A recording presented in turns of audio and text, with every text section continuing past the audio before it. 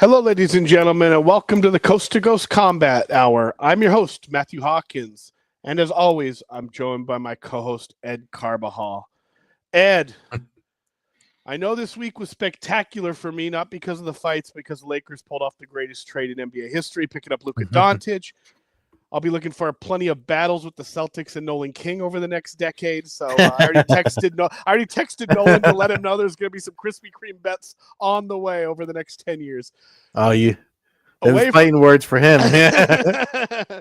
Anyways, though, was a good weekend of action. We have a pay-per-view moving forward this week, but I know BKFC was in your neck of the woods at Mohegan Sun this past week on the tails of the Philly Knucklemania, which was a overwhelming success. Yeah, they're going like nicely. It's almost like they're the UFC because they have a card this weekend in Newcastle. It's like they're going almost every weekend, just like the UFC. I mean, and then they announced today that they're going to Australia too. Like, you don't want to talk about a global sport. I mean, fighting's global sport, but I mean, BKFC is they're doing things over there quietly, which is probably the coolest shit I've ever seen. It's been an impressive rise. You try to think about, because it's not MMA.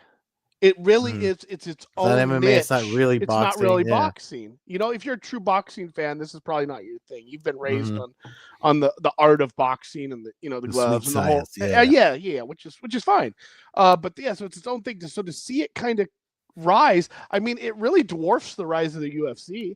Like initial rise, like UFC took the pace years of it, and multiple owners to be able to finally put the puzzle together and make it a successful organization. And it took billionaire owners from Las Vegas. So for this to kind of be a grassroots thing with David Feldman, who just appears to be a lifelong fight fan, who just kind of just dipped into this and started in Casper, Wyoming.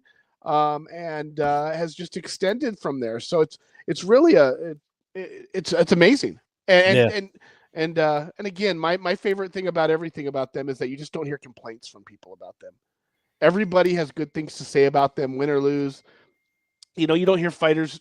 I have a feeling they're one of those organizations when you hand you your check, you don't really need to worry about what the numbers are. You walk away knowing they paid you. There was some stuff in the beginning that I know some fighters got a little aggravated with, but nothing, like you said, nothing about, not that they didn't pay, not that they didn't get paid, and not that even Beck Rawlings, when she did her little post fight thing and the Philly event, she kind of hinted at that, like, because it was just rough getting off the ground, but they're off the ground and running now. Yeah, I mean, I think that's there's going to be some growing pains when you're, especially, when you're only legal in states that have arenas with 1,500. You're limited to what you can do. You're only having a fight every handful of months. So imagine fighters think they're getting held on the shelf. There's a lot of that, but whatever they did was the formula is working. I hope they don't oversaturate it though. I do like that they're able to keep rolling with events.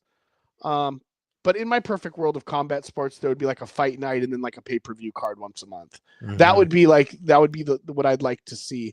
But everything they're doing is great. Like you said, they go to Newcastle, England this weekend, and the expansion just keeps to be growing. I don't know how much of the card you fought. I know are caught over this past weekend, but the guys that needed to show up for that card did show up.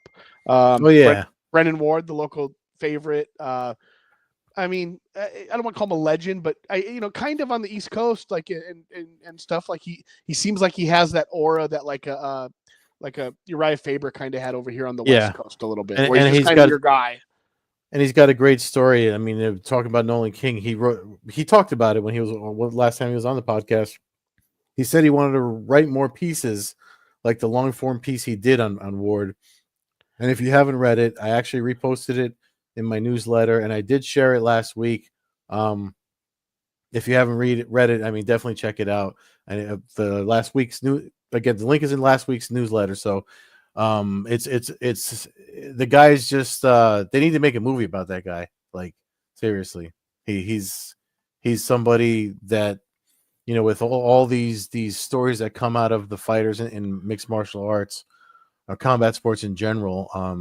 They made a movie about Clarissa Shields, and I know it's supposed to be good, but I don't know anyone that's seen it. But if you're gonna make movies about Jose Aldo, and The Rock is doing the Smashing Machine, like you want some. If anyone in Hollywood listens to this podcast, look up Brennan Ward. Like, talk to that dude, because he's got a story, and if not, read Nolan King's piece on him, because that guy's something else. Yeah, no. So that was great to see him, flawless victory. I mean, it left a little probably to be wanted by the crowd, because you could see him warming up. He cracked the dude in the nose. I mean, you heard it. It was, he basically smashed the dude's nose. The dude dropped and didn't get up, and not a lot of blood and gore, but broke. Yeah, there's a close-up photo of that guy after, like soon after it happened, that you could see. It almost looks like his face is a prosthetic, like it's like Rob Bottin type of like special effect mold of someone's face, and they're crushing in the nose. That's how bad his nose is broken. It's pretty crazy, pretty gnarly, and that doesn't surprise me. Julian Lane, let me bang, bro. They did. Continues to be successful. A fight he was having a lot of trouble with. He rallies back, picks up the late 4th round knockout with a devastating, just kind of coming in right hook that just dropped the dude, kind of just out of nowhere, really. But really capped off a good night. Yorgan De Castro, who you interviewed multiple times, picked up a win. Doctor stoppage, but the fight wasn't going much longer. Good opponent for him. We talked about him in Rothwell. I think he needs another fight. I think he wants to fight a guy who's got more size than the guy he fought. Not so much more weight, but more height. If you're going to go up against Rothwell, to go from a guy who's like 5'8" to a guy who's like 6'6" is I think you want to learn that before you risk what going against Ben Rothwell. If they come back to Mohegan Sun though, and they can bring Rothwell there, I mean that's you're going to pack the house. And again, if you didn't watch that event and you're not, or you haven't watched many Bellator events, that's a really good venue, man. I mean, I always say it a lot because I've covered a lot of Bellator events there. It's probably the most underrated Northeast venue to hold any sporting event. People talk about Foxwoods, which is the other like casino tribal property up there. The World Series of Fighting did a couple of events there that I was able to cover, but Mohegan Sun is definitely a place like if GFL wants to do something. I mean, I know they're saying they're going to do things and not putting any dates or venues. That's a venue you might want to look into it, even though that's none of the states or venues that you said. But nothing seems to be set in stone with them. Nothing's set in stone with them. But yeah, I mean, I don't know. I'm not saying that he. I just like the fight right before him was Parker Porter, who's a former UFC fighter. He knocked out Chase Gormley in 44 seconds. Right before that, another heavyweight. So there are some guys that line up that have obviously fighting skills in multiple, from MMA now into this. So there's a lot of fights for these guys. I'm not saying De Castro can't beat Rothwell. I just from what I've seen from Ben Rothwell, he's scary, and I know De Castro is as well. But but it's different. It's also, I mean, to your point on Rothwell. In this particular sport, I mean, with the reach and the size that he has, and it's just the guy that De Castro fought. I'm not to take anything away from De Castro. He does love to. I mean, he told me flat out that he loves to go toe to toe and swing away. But the guy you did that against last weekend versus someone like Rothwell, I don't know if you want to. The guy that's a 50-50 chance somebody's going to sleep. Yeah, the guy he fought was a perfect first fight for him because the dude was tough as nails and stood there and threw punches back. That's what you got to do. You got to find out if you can take punches. You got to figure out if you can throw them, and you're willing to basically crush a guy's face. De Castro passed all of those. It's just now maybe a Mick Terrell. Maybe you get a number one contender fight. I mean, there's some stuff to do. He's got a name. Like I said, the resume, just having Junior Dos Santos on your record as a win, to me, is something that you should always promote. You should throw that name out there when you're promoting the guy, especially when you're in the names, when you start throwing names out there like if it were to ever get to that, like, you got wins here over, you got to win here over a guy who's a UFC legend and a Hall of Fame, UFC Hall of Famer. I mean, I don't know why Junior Dos Santos hasn't talked about more about that, honestly, more often. When we talk about these Hall of Fame thing, he seems to slip under the cracks there. But Yeah, but BKFC's rolling. Everything looks good. They're doing. Looks like they got this show. They got one in Miami, a couple in Miami, I think, or Hollywood, Florida, and they just keep on rolling. So Yeah, definitely like the future with them. yeah. The only thing they got to really do is get a steady, reliable broadcast partner. Because again, like this Newcastle event, it's on their app. And then last week they're on the Zone, and then a couple weeks before that they're on Fubo Sport. You know what I mean? It's like they're going full steam ahead. It doesn't seem like they care who shows them as long as someone's showing them. But it's like it would be nice to have a home that's like, okay, tune in every Saturday, like these last 4 events every Saturday. That's one. If any complaint, because you can't, no one's perfect. If there's anything they got to work on, I mean, I don't know if that's a Triller issue. It's definitely not a David Feldman issue because the guy's just been winning for weeks on end lately.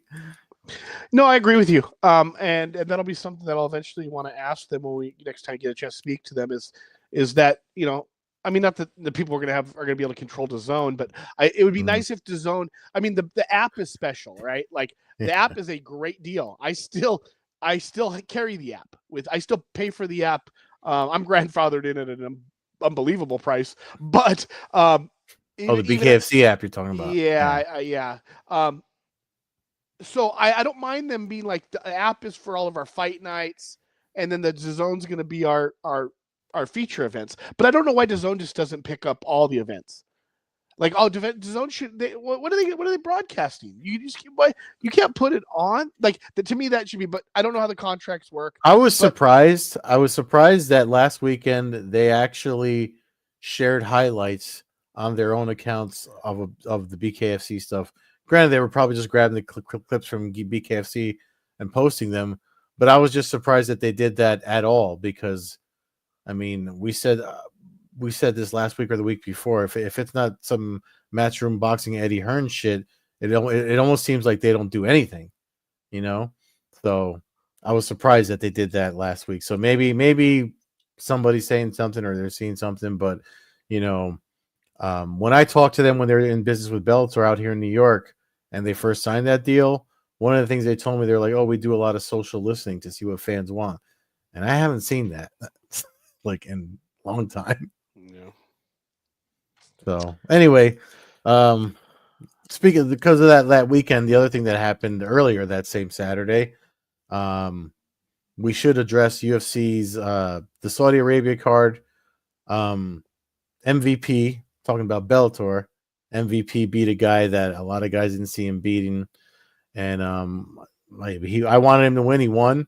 He did it. He did it in the fashion that he does things in. So I'm glad that he beat a guy that was ranked 14 at middleweight. I forgot what his ranking was at the time, but MVP's ranked 15 at welterweight in the UFC rankings. So I don't know what your thoughts are, Matt, on him. I mean, it looks like he's going to mull it over, but because he said something really interesting. He said that he's got goals at 170, and one of the reasons he wants to do 170 is because he doesn't see there's no guys that are kind of dominant there. That the division is up for grabs because there's just so much movement and rotation. And then he said the same thing about the middleweight division, and we saw it with Adesanya losing third time in a row. Duplessis is up there. He's fighting Sean Strickland again, but he kind of, to MVP's point, he's like, there's no dominant like Usman was the guy for a while. Adesanya was the guy for a while in those divisions, but there's no one there in either division like that. So your thoughts on one, should he just move up should MVP move to middleweight? And two, do you agree with him about those two divisions? I agree with him that both divisions don't have any total dominant champion right now. Mm-hmm. Duplessis fights this weekend. He's got an odd style. At some point, we may have to recognize that he's a dominant champion if he brings off maybe one or two more wins. Mm-hmm. And then that argument can be made that he's kind of the most odd champion we've ever seen that's been dominant. Anderson Silva was odd, but Anderson Silva was not this weird. Like you don't look at Duplessis and see like Anderson Silva, you're like, oh, that dude's like a Bruce Lee. This guy, you're Yeah. kind of like, you know, I'm not real sure. This guy's like, Remo Williams or something, you know, like, Yeah. you know, Yeah. not the superhero you exactly thought was coming around the corner, but, as far as the weight classes with MVP goes, listen, I like MVP. I didn't think he was going to win this fight. I'm happy he won. I told you I'd be rooting for him. I was. He pulled it off. I don't think he's going to be a world champion. I don't think he can. There's going to be a time he's going to get a wrestler who's going to take him down and grind him out and beat him by decision. I just believe that's going to happen. So with that said, we have an older fighter here. I think there's a ton of matchups in the top 5 to 10 of each of those divisions. I'd like to see him do the Kevin Holland thing, but actually care about winning. You know, like I still want the Wonder Boy fight. It might turn out to be the biggest jab fest of history, but I want that fight. I still want, at middleweight, Adesanya's not and it's interesting, right? Yeah, that's the other thing I was going to bring up. The thing about, so there's so many people he lost 3 in a row. He's still ranked number 4, even after the media did their rankings thing. I didn't think he was going to drop two spots, but he did. He was number 2. I thought he'd go down 3, but he went down 4. But he was winning the first round, and he got caught. He's 35, but everyone's already ready to kind of like write him off and let him ride into the sunset, which is fine if he wants to. But it's just weird to me how fans so easily are ready to kind of like tell him to hang up his gloves, and I'm like, dude, I mean, did you not see the first round of that fight? Like, yeah, that's the thing that I've always kind of, I've complained about it since day one of this podcast about fight fans, is that they'll turn on you so quick, and you learn that certain fighters just aren't ever allowed to lose. Now, and some can lose as many fights in the world in a row, and it doesn't seem to matter. And then some guys, if they lose, they go from being the all-time great to let's put this guy in the old folks' home. Listen, I don't think Adesanya wins a world title again. I also feel like he's lost he's not on a great streak, and MMA history shows that guys tend to end on a bad streak. Nobody leaves on top. Very few. 3 people. GSP, Nurmagomedov, Khabib, and Mighty Mouse. Mighty Mouse. Okay. Yeah. I mean, I know there's more, but there's not many more, that left on top of the world in their weight class and everything. I think there's just fun fights to be had. And if you take those fun fights and you win them, then all of a sudden when Muhammad's got a fight against somebody and that fight drops out, MVP's there to go, you know what, I'm ranked number 7. I'll take that on short notice. And that's how you get a title shot. And then maybe you beat Bilal Muhammad, because Muhammad doesn't have any particular skill that is a world-class level that you should be able to dominate you. You should be able to get up off the ground against him. You should be able to competitively stand up against him. So, like, I'm not saying you win the fight, but you should have a chance. If he goes up against like if all of a sudden an Usman evolves, or a prime Colby Covington who's just going to take him down and lay on top of him and not let him move, or if he fights Leon Edwards and Leon Edwards decides that that's the route he wanted to take for some reason,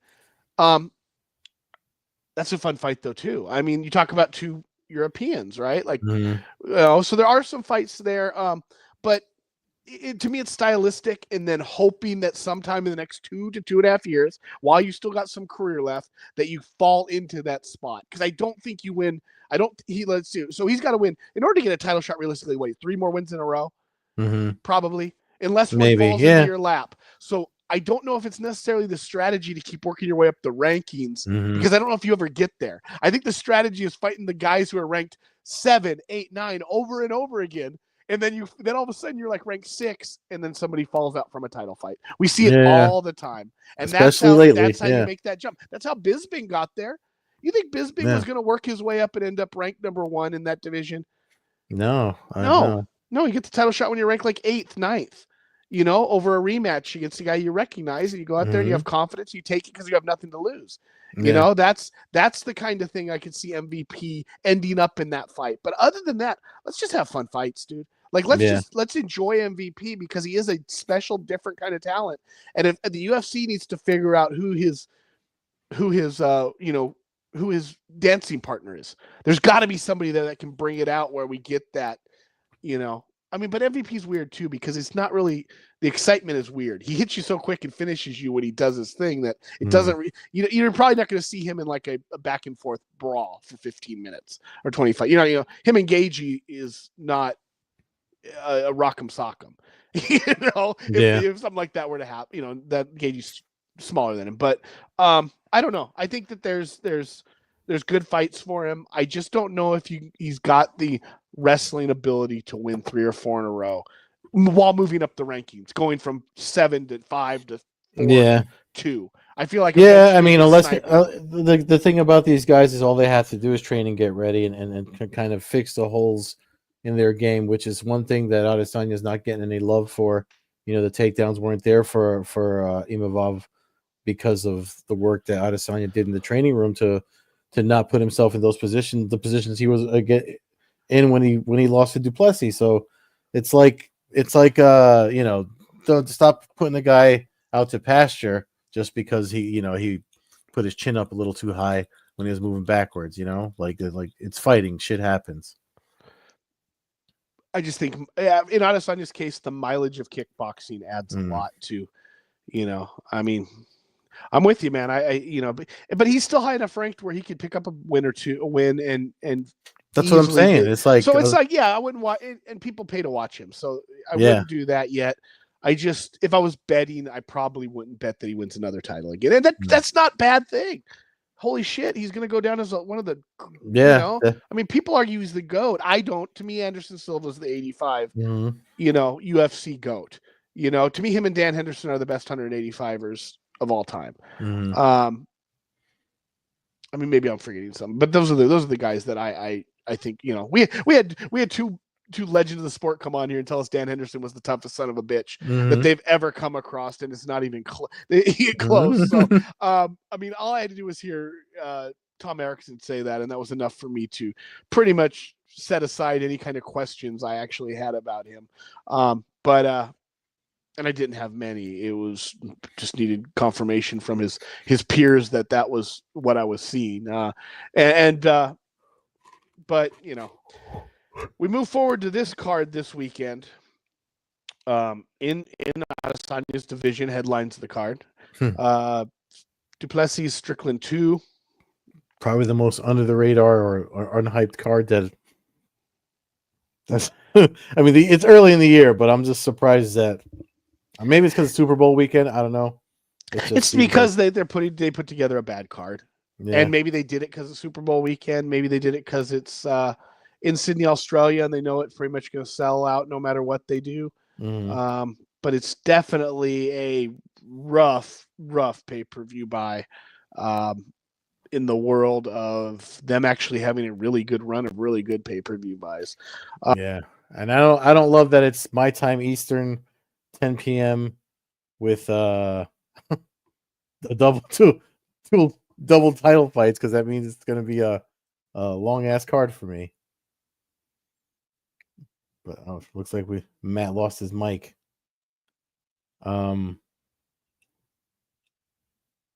Matt's mic's disconnected, but when he fixes that, we'll do some picks. I have some notes on this card. It was rough because like he was saying, there's not a lot of people that not a lot of information on these on the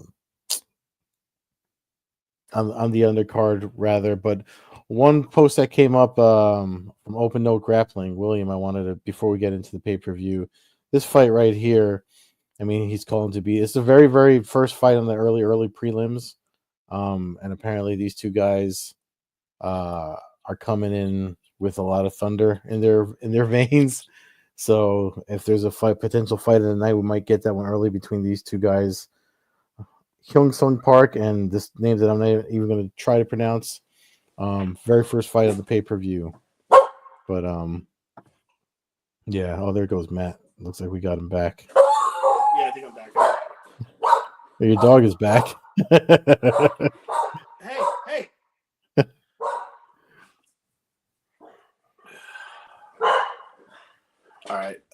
Yeah, Mike went out there. Kevin Nicholson says there's still time for Tatiana Suarez to pull out with an injury. She's the modern day Dominic Cruz. Dominic Cruz is the modern day Dominic Cruz after he dropped out of his fight today again for Seattle. But yeah, but let's jump into this main card so you can get to your dog over there. Where's my notes? So the thing about this card is like there's a lot of obviously they're trying to put the local boys on it. So Matthews, Crute, and Tough are like the regional guys that are on the card. I don't know, dude. Like it's hard for me to pick people. Like you said, what you said there's a comment about the guys with losing streaks that was just like it's just weird. Yeah, I mean, Jake Matthews, he won his last fight, so we got him on a win streak. I believe his opponent is 1-3 in the UFC. He lost his last one. Yeah, 1-2 in the UFC. So I mean, guy on a 1-fight winning streak against a guy who's 1-2 in the organization, heads off the pay-per-view. Doesn't mean it's going to be a bad fight. I'll take Jake Matthews because he's the hometown guy, and he has had some success. But I mean, the fight doesn't mean anything. It is like you said that you got your local guys they put on the cards when they do some of these, and Matthews is one of those. Yeah, and I'm with you with picking Matthews because I mean he's coming off of a win, and he hasn't fought since June of 2024, so he's well rested.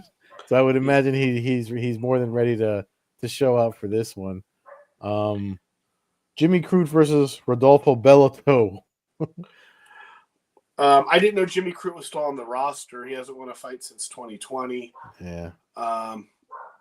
And Bellato's an interesting one. His only 2 losses are to Vitor Petrino, so he's undefeated if he doesn't fight Petrino, who's a good fighter. I'm going to take Bellato to win because I'm not sure. Jimmy Crute, I don't know. I saw him fight a long time ago in Jacksonville. Saw his ankle go all gimpy every single direction, and then I don't remember him much from that. I know he has 3 losses and a draw, but looks like they updated some odds on there. I mean, Bellato is the favorite.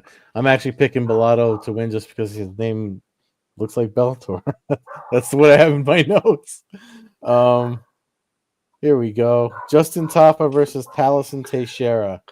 I'm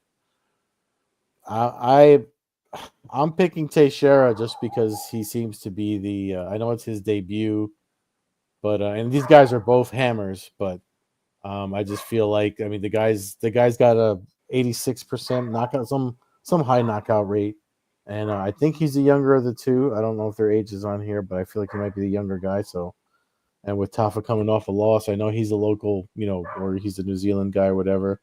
But yeah, I just feel like Teixeira is going to take it, probably by KO. Somebody's getting knocked out. I don't know why Taffa's. I mean, when you see guys like Rosenstruck get cut, and then you got Taffa on here, who's likely to end up 7-5. It just where the best fight. Where the guys that can make up some money on a local card fight. Is really what the one for this is. I'm going to take Teixeira. I like Tafas. They're fun to watch. They're fun to watch in Ryzen. Mm-hmm. In the UFC where they're actually fighting top guys, it doesn't do it for me. They're like it's like Tank Abbott fights. It's like Tank Abbott circa 2002 fights. Where it's like, okay, it's a good. That's a really good. That's a really good. I like that. That's kind of what they are. Yeah, if he hits him in the first 30 seconds, he can win. But other than that, he has no chance in hell. Yeah. So, co-main event championship fight, strawweight title. Kevin Nicholson's favorite fighter, Tatiana Suarez, challenging Zhang Weili for the title. A lot of what's the word I'm looking for? Fanfare behind Suarez. I mean, she's there. She's Patchy Mix is her fiance in her corner. She's 11-0. I would not be surprised if she can put up an upset. So I actually wouldn't mind that because I feel like I don't know why. Maybe I'm wrong, but Weili Zhang doesn't seem to be fighting that much. not that much, but she's like the Travis Fulton compared to Tatiana Suarez. Listen, I think they took Suarez and they said, you're never going to stay healthy. So we're going to put you on a shit card where even if you pull out and we have to scrap this fight, no one's going to notice because very few people are even going to buy this thing anyway. So they gave her a title shot, despite having one win or 2 wins in 5 years or so. Again, I like her. I think she's going to win this fight. Yeah. And then I think she'll probably tear something in the fight, have to relinquish the belt, and that'll be all she wrote. I mean, obviously, I don't want that to happen, but injury-prone people are injury-prone people. Yeah.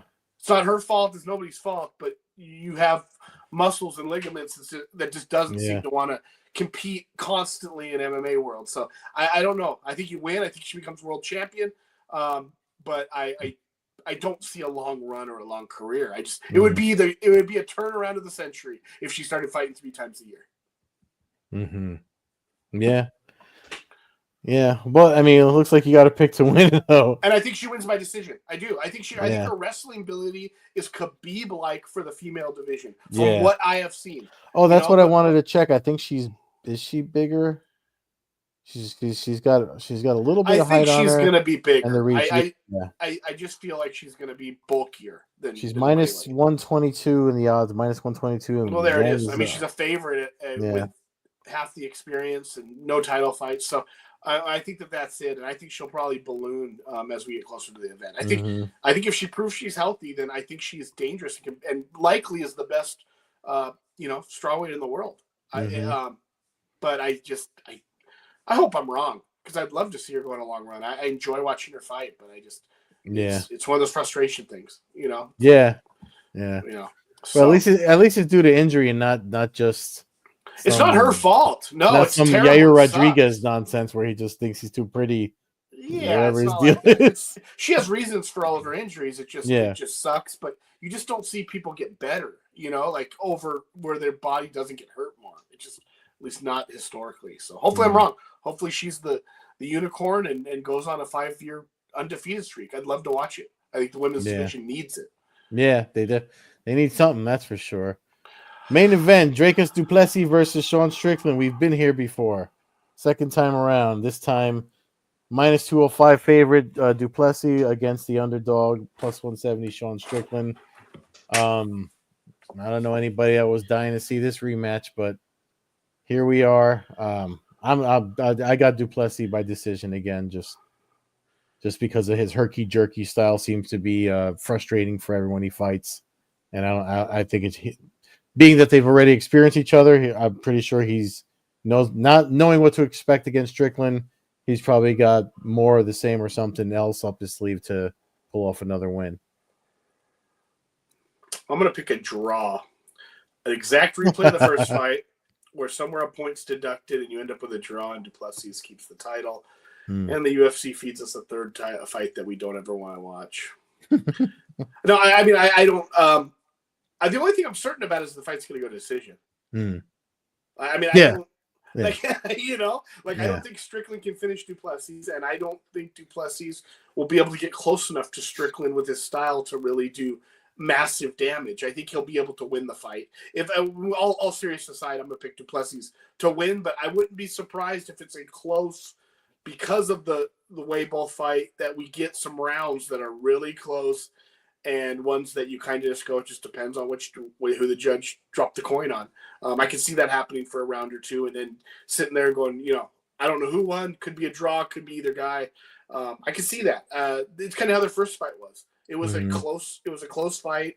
I thought du Plessis won, but it was a close fight that could have turned with a minute different. A couple different things here and there, and it totally shifts. So I don't know. I'm not super hyped on this card. I'm gonna watch as much as I can, but at least the main card. Nice, I'm gonna watch that first fight because the William from Open O Grappling that put it on my radar. kind of like he usually does some good analysis and stuff. So yeah, I'll watch it. I'm gonna watch the early card, and again for me, it's a late night when they do these double championship things. It's usually like up till 2 a.m. and I'm an old man, I can't be up that late. But it is a UFC pay-per-view weekend, and we try to watch them all to get something to talk about and write about and stuff like that. So got to take advantage of it. Like I said, I'm gonna watch as much as I can Yeah. on the main fights, so that. But I just, it's not, it'll be nice to get that palate cleanser when we get Pahea back in the ring and we get to talk Gaethje for the next pay-per-view after this. Yeah. Oh yeah, 313's. It ain't this card, that's for sure. No, and that one's still got some work to do. There are multiple main card fights still haven't been announced. So, and we would be remiss if we didn't talk about your Super Bowl pick. Who you got? Oh, geez.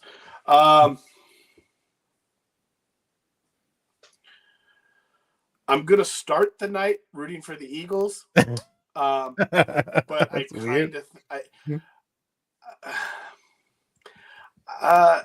I kind of could see. I think the Chiefs are gonna win, and I don't like the Chiefs, but I don't like the Eagles either. I have friends who are Eagle fans, so I kind of root for them because I like to see some joy in my friends occasionally.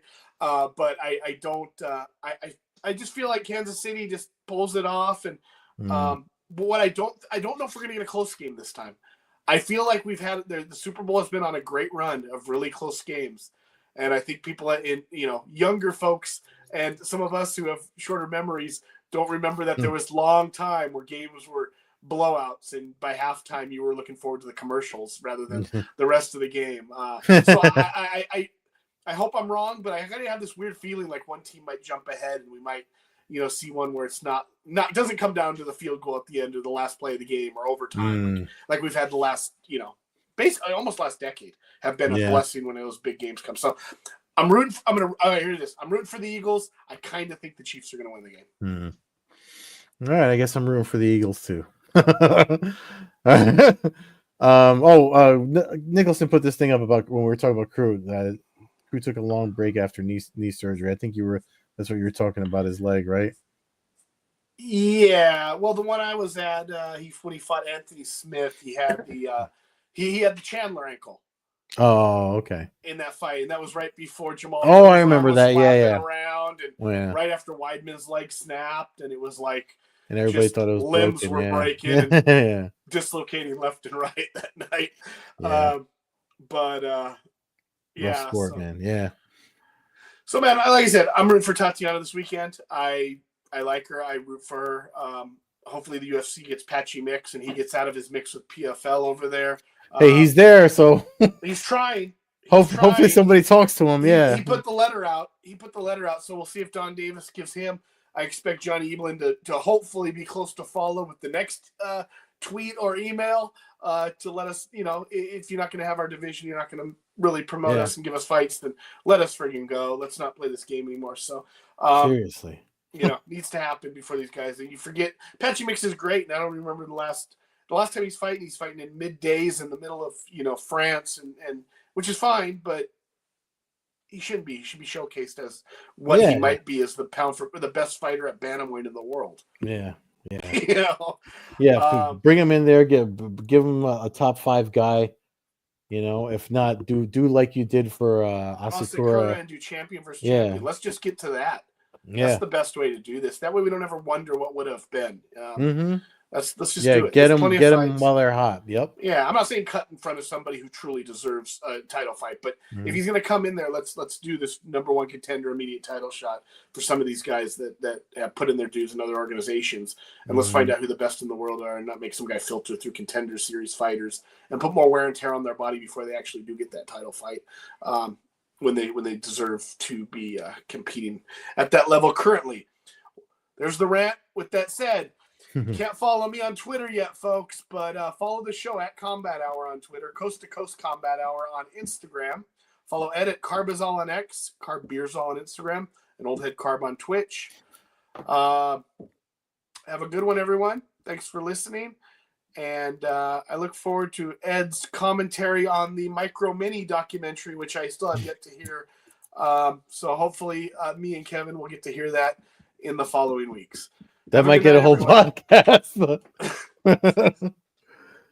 Have a good night. Thanks for listening, everyone.